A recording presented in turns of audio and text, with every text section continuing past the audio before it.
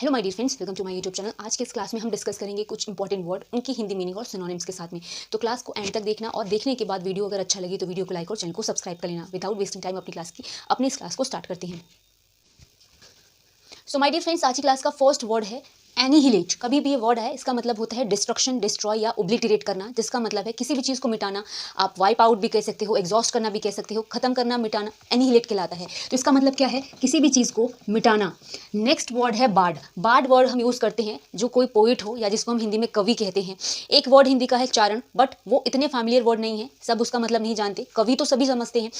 और एक word मिंस्ट्रल, मिंस्ट्रल word भी यूज़ होता है एज अ सिनोनिम। कभी मिंस्ट्रल भी आ जाए, इसका मतलब भी होता है जो कविता लिखने वाले हो या लिरिक जो लिखते हैं उनके लिए भी टर्म यूज़ होती है। तो बार्ड का मतलब क्या होता है? जिसको हम कवि कहते हैं। नेक्स्ट वर्ड है डेफरेंस, एंड डेफरेंस का मतलब जिसको हम आदर या सम्मान कहते हैं। यूजली हम आदर या सम्मान के लिए रिस्पेक्ट और रेवरेंस भी यूज़ कर लेते हैं, बट डेफरेंस वर्ड भी आए तो उसका सेम मतलब है, जिसको हम आदर भी कहते हैं या तो किसी का इज्जत या सम्मान करना। ठीक है। नेक्स्ट वर्ड है बून।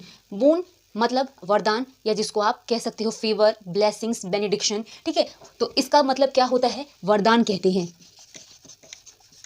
और अगर इसका अपोजिट होए तो बेन होता है। बेन मतलब जिसको आप अभिशाप कहते हैं। तो बून और बेन आपस में सिनोनिम एंटोनिम है। बून का मतलब होता है वरदान। नेक्स्ट है कन्वे करना। अब आपने सुना भी होगा और बोला भी होगा कि मेरा ये मैसेज कन्वे कर देना, यानी कहीं पर भेजना या पहुंचाना। क्या कहलाता है? कन्वे करना कहलाता है। तो ट्रांसफर करना या शिफ्ट करना भी हम एज अ सिनोनिम यूज कर सकते हैं, जिसका मतलब है कहीं पर भी भेजना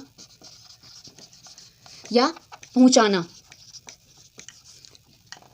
नेक्स्ट वर्ड है सून। सून का मतलब होता है मूर्छा। जैसे आपने सुना होगा ना कि फेंट हो गया, वो कहीं पर फेंट हो जाना यानी गिर जाना चक्कर खा के, मूर्छा जिसको बोलते हैं। तो फेड या जिसको आप फेंट भी बोलते हैं या सून भी बोलते हैं, हिंदी में क्या मतलब है? मूर्छा बोलते हैं। ठीक है। अगला वर्ड है इंडिवियर। इंडिवियर का मतलब है कोशिश करना। जिसे आपने सुना होगा कि एक और अटेम्प्ट दे दो किसी एग्जाम का, एक बार और ट्राई कर लो। तो try and attempt as a synonym आप यूज कर सकते हो इस वर्ड के इंडिवियर का। इंडिवियर का वर्ड का मतलब होता है प्रयत्न जिसको बोलते हैं, या जिसको प्रयास कहते हैं, या जिसको आप कोशिश भी कहते हैं। अब देखो आगे के words. So the next word is जियर। कभी भी ये वर्ड है, इसका मतलब है किसी का भी उपहास करना। उपहास वर्ड का मतलब है किसी का भी हंसी उड़ाना या तो मजाक करना, जिसको आप मॉक भी कहते हो या तो रिडिक्यूल भी कहते हो। रिडिक्यूल वर्ड भी यूज होता है जब हम किसी का मजाक उड़ाएं, उसके लिए हंसी उड़ाएं। ठीक है। तो यही वर्ड का मतलब है, जियर का मतलब है उपहास करना। नेक्स्ट वर्ड है बीवेल। बीवेल का मतलब है मौन या लेमेंट जिसको कहते हैं, रोना, विलाप करना जिसको हम कह सकते हैं। और मौन करना, लेमेंट करना जिसका मतलब है विलाप करना। विलाप मतलब होता है रोना। नेक्स्ट है हैम्पर। हैम्पर होता है किसी भी चीज़ को रोकना, रिटार्ड करना, या तो किसी भी चीज़ को प्रिवेंट करना, या तो आप इम्पीड भी कह सकते हो, ऑब्स्ट्रक्ट करना भी कह सकते हो, जिसका मतलब क्या है? किसी भी चीज़ को रोकना। ठीक है। तो रुकावट या फिर रोकना कहते हैं। नेक्स्ट वर्ड है चार्लेटन। चार्लेटन वर्ड का मतलब है ठग। आपने सुना होगा ना कि वो बहुत चीट करता है, ठग या ठगीड़ा है। ठीक है। तो चीट या तो इम्पोस्टर, इस वर्ड का मतलब भी क्या होता है? ठग के लिए यूज होता है। अगला वर्ड है अर्ज। अर्ज मतलब है किसी को उत्तेजित करना, प्रोवोक करना, इंसाइट करना, भड़काना, जिसको आप आम भाषा में बोल सकते हो। किसी भी चीज को करने के लिए उत्तेजित करना अर्ज कहते हैं। क्या कहेंगे हम? उत्तेजित करना। नेक्स्ट वर्ड है इंसेसेंट। इंसेसेंट का मतलब जो चीजें कॉन्टिन्यूसली हो रही है, लगातार हो रही है, या जिसको आप क्या क्या कह सकते हो? Unceasing, continuous. ठीक है। जो चीजें कॉन्टिन्यूसली हो, लगातार हो, वो इंसेसेंट कहलाती है। क्या कहेंगे हम इसको? लगातार। नेक्स्ट वर्ड है ऑप्रेसिव। ऑप्रेसिव उस नेचर को कहते हैं जो निर्दयी हो, जिसके अंदर दया ना हो, जिसको आप क्या कहेंगे? क्रूल भी कहते हैं, टायरेनिकल भी कहते हैं। जो मर्सीलेस हो वो भी आप कह सकते हो। हिंदी में क्या कहेंगे? जो कि निर्दयी हो। सो अब देखो आगे के words.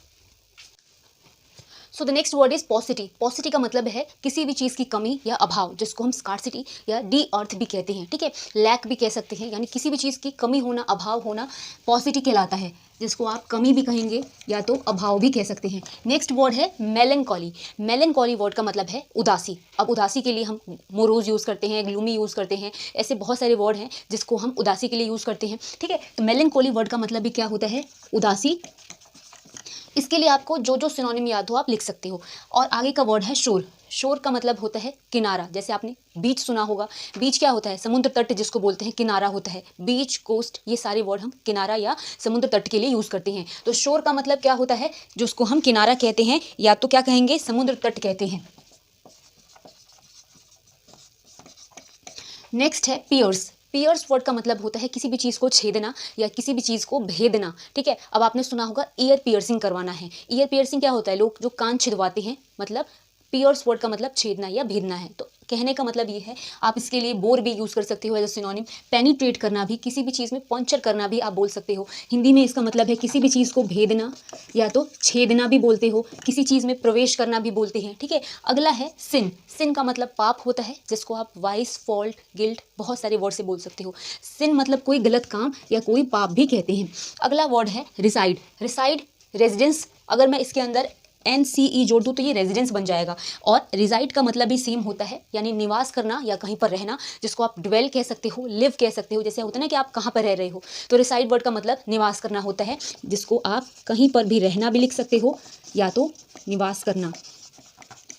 So my dear friends, ये क्लास यहाँ पे एंड हो रही है। बहुत छोटी एंड इंपॉर्टेंट क्लास थी। अगर आपको समझ में आई हो तो प्लीज़ वीडियो को लाइक और चैनल को सब्सक्राइब करना। मिलेंगे हम अगली क्लास में, तब तक के लिए थैंक्स फॉर वॉचिंग।